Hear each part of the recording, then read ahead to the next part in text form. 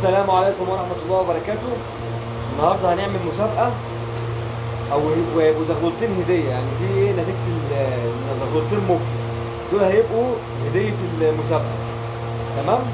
أكتر حد هياخد الفيديوهات بتاعت اليوتيوب، تمام، وهياخدها ينشرها على الجروبات اللي موجودة كلها، وهيبقى أكتر تفاعل على الفيديوهات، هيبقى ليه جزء ممكن هدية هيجي ياخدهم من محطة مترو حدائق المعادي.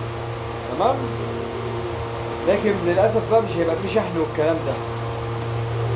لا، أكتر حد هنشوفه عمل تفاعل وعمل اشتراكات على القناة وخد الفيديوهات كلها وخد اللينك الرابط وخد الفيديوهات نشرها كلها على اليوتيوب على الصفحات بتاعت الجروب،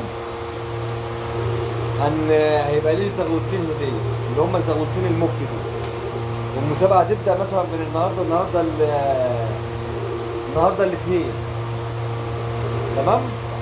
هتبدأ من النهارده كده، هنبص نشوف الدنيا فيها ايه، والفيديو ده ممكن يترفع على بكره، يعني نقول من التلات هتخش تاخد اللي هي نسخ الرابط بتاع الفيديو، او اي فيديو بقى تختاره، سواء كان فيه بيع او كان فيه مواصفات او كان فيه حمام او الحاجات او علاجات او الكلام ده كله، هتاخده وتنشره على الجروبات كلها بتاعت الحمام، اللي هي بقى الجروبات اللي موجوده على الفيسبوك.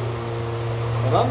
اكتر حد هخش والاقيه ان هو واخد الفيديوهات ورافعها بشكل جامد وعامله انتشار جامد، هو اللي هيكون ايه للجزء الموكي الهديه دول.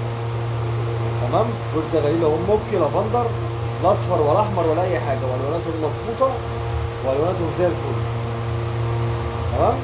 قاعد انا الاحظ، وباذن الله يوم الجمعه ويوم السبت، او بلاش نخليها بمواعيد، سيبها كده مفتوحه. اكتر واحد هلاقيه واخد الفيديوهات كلها وناشرها يبقى ليه الجزء دول ممكن هديه، يجي ياخدهم من قدام محطه مترو حدائق المعادي. تمام. وانا هلاحظ بقى اليومين اللي جايين دول، هقعد اتفرج كده على الفيديوهات. تمام. والسلام عليكم ورحمه الله وبركاته.